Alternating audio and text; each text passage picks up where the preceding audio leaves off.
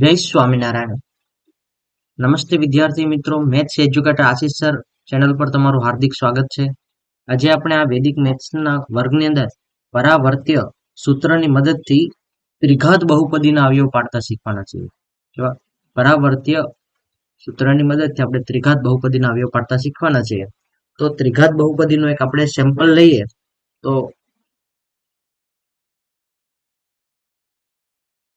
આ રીતથી હોય છે કે ax cube plus bx square plus cx plus D કે ત્રિઘાત એટલે મહત્તમ ઘાત કેટલી હોય? 3 હોય એને ત્રિઘાત બહુપદી કહેવાય છે. જો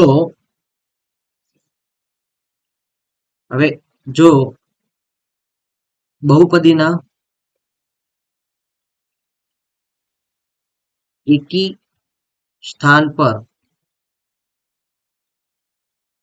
રહેલા પદોનો સહગુણક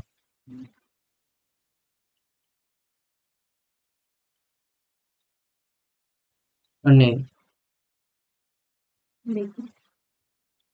બેકી સ્થાન પર રહેલા પદોનો સહગુણક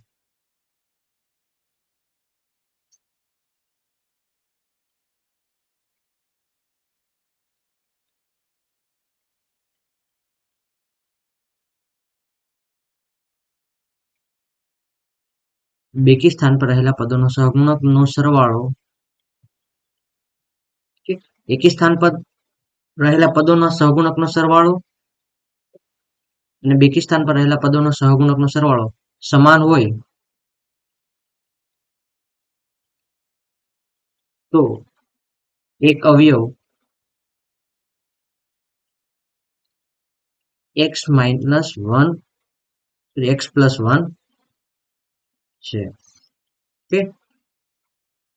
એક ઉદાહરણ તરીકે આમાં સમજાવો એટલે આમાં જે એકી પદ એકી સ્થાન એટલે શું થાય? આ એ પહેલું, આ બીજું, આ ત્રીજું અને આ ચોથું. તો એકી સ્થાન પર કોણ છે? 1 અને 3 સ્થાન પર a પ્લસ c. તો a પ્લસ c નો સરવાળો બરાબર શું થાય? બેકી સ્થાન એટલે b 2 અને 4 વાળા સ્થાન પર એટલે b પ્લસ d જેટલો હોય. આ રીતથી હોય તો બંને બહુપદીનો એક અવયવ શું થશે? x પ્લસ 1 થશે. અને જો બધા જ સહગુણકનો સરવાળો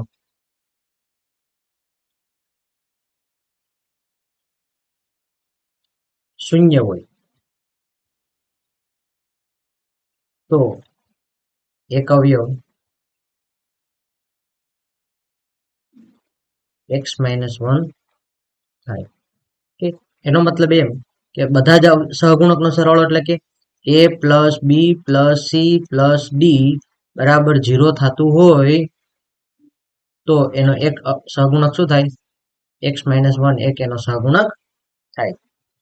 આપણે અહીંયા પ્રશ્ન જોવાનો જોઈએ તો તમને વધારે ખ્યાલ આવશે.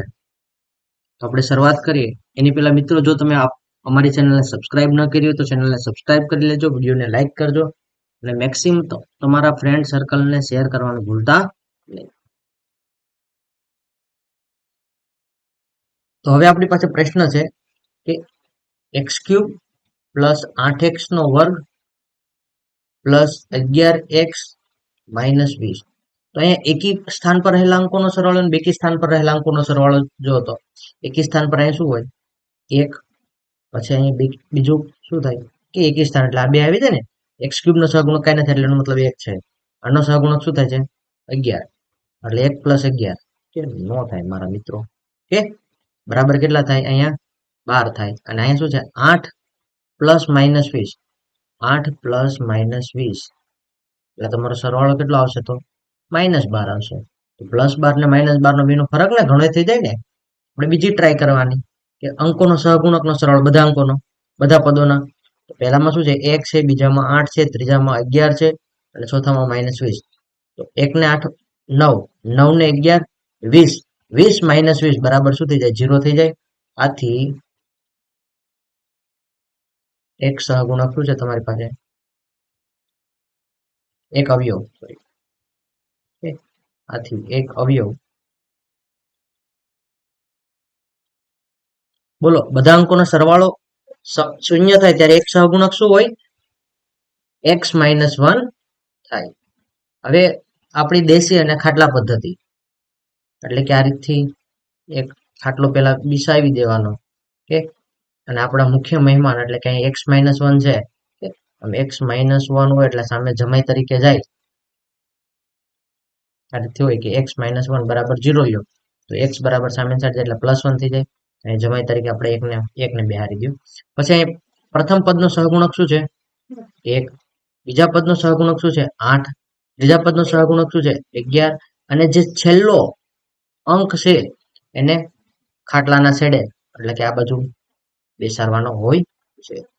હવે અહીંયા તમારે 1 છે ને એક અહીંયા નીચે મૂકી જ દેવાના. હવે 1 ગુણ્યા 1 કરો તો કેટલા થાય? આ 1 અને આ 1 નો ગુણાકાર કરો તો શું થશે? 1 ગુણ્યા 1 એટલે 1. એ મૂકો તો 8 ને 1, બે માં નિશાની કોઈ નથી એટલે એનો મતલબ બે પ્લસ જ કરવાના. 8 ને કેટલા થાય? 9 થાય. તો 9 એકુ 9 અહીંયા. તો 11 ને 9 કેટલા થઈ જાય? 20 થઈ જાય. ને 20 એકુ 20. અને અહીંયા તમે મૂકશો 20 તો અહીંયા તમને છેલ્લે હંમેશા તમારો જવાબ શું આવવો જોઈએ? 0 આવવો જોઈએ. તો આથી તમારો બહુપદી છે આમ બનશે x -1, આ એક એનો અવયવ હતો એ, અને આ છે આટલું, એનું શું લખવાનું? પહેલું પદ હોય એને x² વાળા ગુણી નાખવાનું. તો 1 ગુણ્યા x² એટલે x², પછી પ્લસ અહીં નિશાની 9 આગળ કઈ નથી એટલે એનો મતલબ પ્લસ છે. 9 ગુણ્યા x અને છેલ્લે કોણ છે? 20 +20. કે તમારે 20 ના એવા અવયવ પાડવાનો કે જેનો સરવાળો કેટલો થાય? 4 થાય. વિલોપનમ પદ્ધતિ યાદ કરો તો સોરી 20 ના એવા અવયવ પાડવાનો કે જેનો સરવાળો કેટલો થાય? 9 થાય. તો વિલોપનમ પદ્ધતિ યાદ કરો. 20 ના એવા ક્યાં બે અવયવ કે જેનો સરવાળો 9 થાય છે? તો અહીંયા તમારા બે અવયવ થઈ ગયા. x પ્લસ 5 ચોક 20 થાય, કે 5 ગુણ્યા 4. તો અહીંયા તમારા બે અવયવ થયા 5 ને 4. તો x પ્લસ 5 અને x પ્લસ 4 આ રીતે બે ના અવયવ થઈ જાય. એક અવયવ તો તમારે શું? x -1 હતું. કે ખબર પડી કે ત્રણ અવયવ આ રીતે પડી જાય છે. બીજો પ્રશ્ન લઈએ આપણે. તમને એમ કે ત્રિઘાત બહુપદીનો અવયવ પાડો. કે ત્રિઘાત બહુપદીનો અવયવ શોધો વૈદિક ગણિતની રીતે.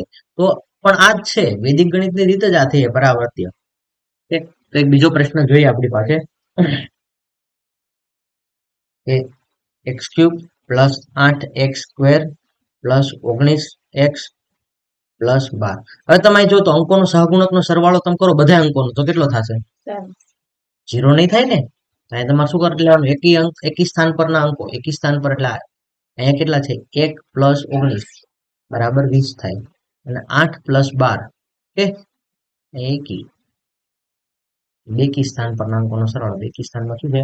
8 + 12 એટલે કે 20. તો એકી સ્થાન પર રહેલા અંકો અને બેકી સ્થાન પર રહેલા અંકોનો સરવાળો કેવો છે? સમાન છે. આથી બહુપદીનો એક અવયવ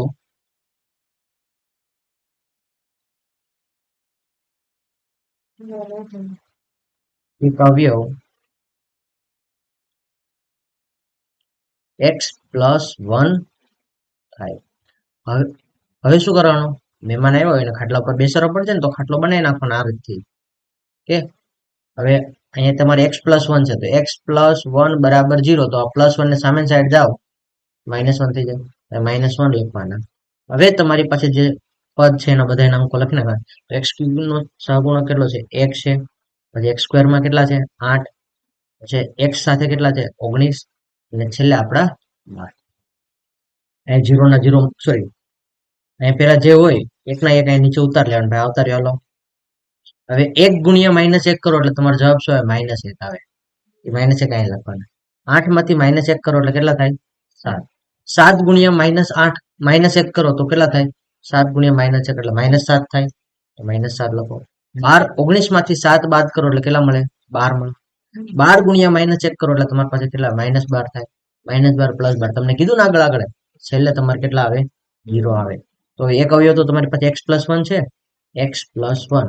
તો હવે જે પદ છે એ આના આધારે. તો પેલું પદ 1 છે. 1 ની સાથે કોને ગુણવાના? x ને, x² ને. એટલે x² ગુણ્યા 1 પ્લસ અહીં કેટલા કરવાના? 7x + 12.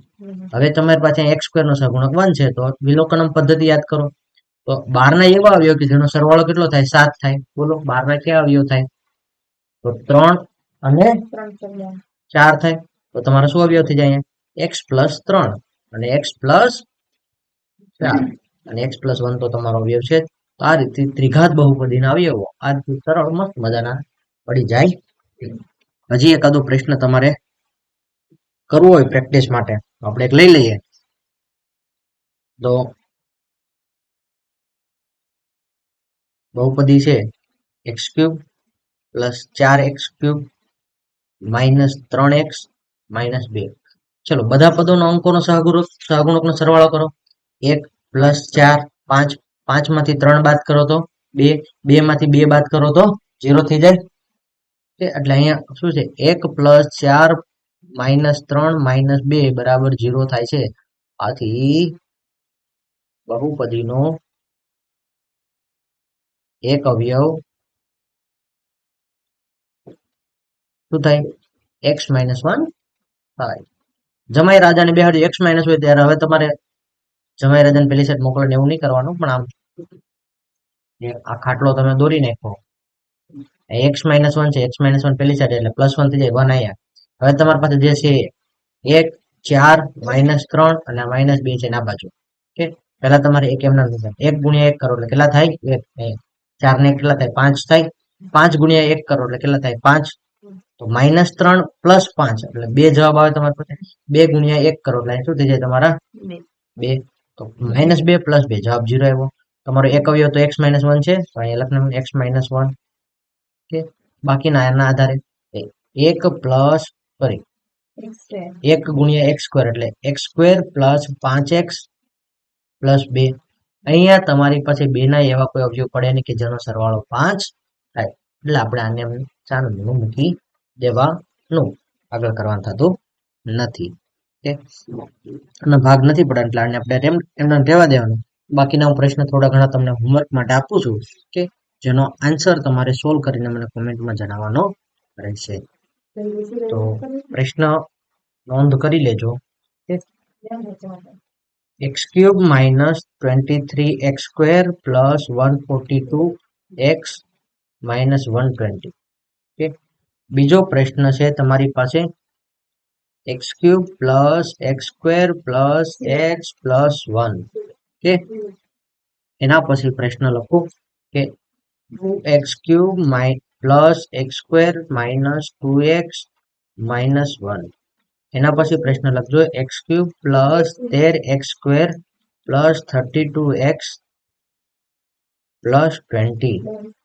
પછી પ્રશ્ન લખજો તો 2y³ + y² - 2y - 1. અને છેલ્લો પ્રશ્ન લખજો તો x³ - 3x² - 9x - 5. જો મિત્રો તમને મેથડ તો સમજાણી છે, પણ આ પ્રેક્ટિસ નહીં કરો ને તો 100% તમને ભૂલાઈ જવાનું છે. એટલે તમે આ જે પ્રશ્ન જે તમને આપવામાં આવ્યા એ સોલ્વ કરજો. અને વધારે પ્રશ્ન જોતા હોય તો પણ મને કોમેન્ટમાં કહેજો, તો મારી પાસે ઘણા બધા આવા ક્વેશ્ચન છે કે તે તમને સેન્ડ કરી આપીશ. Thank you student, watching for my videos. Have a nice day.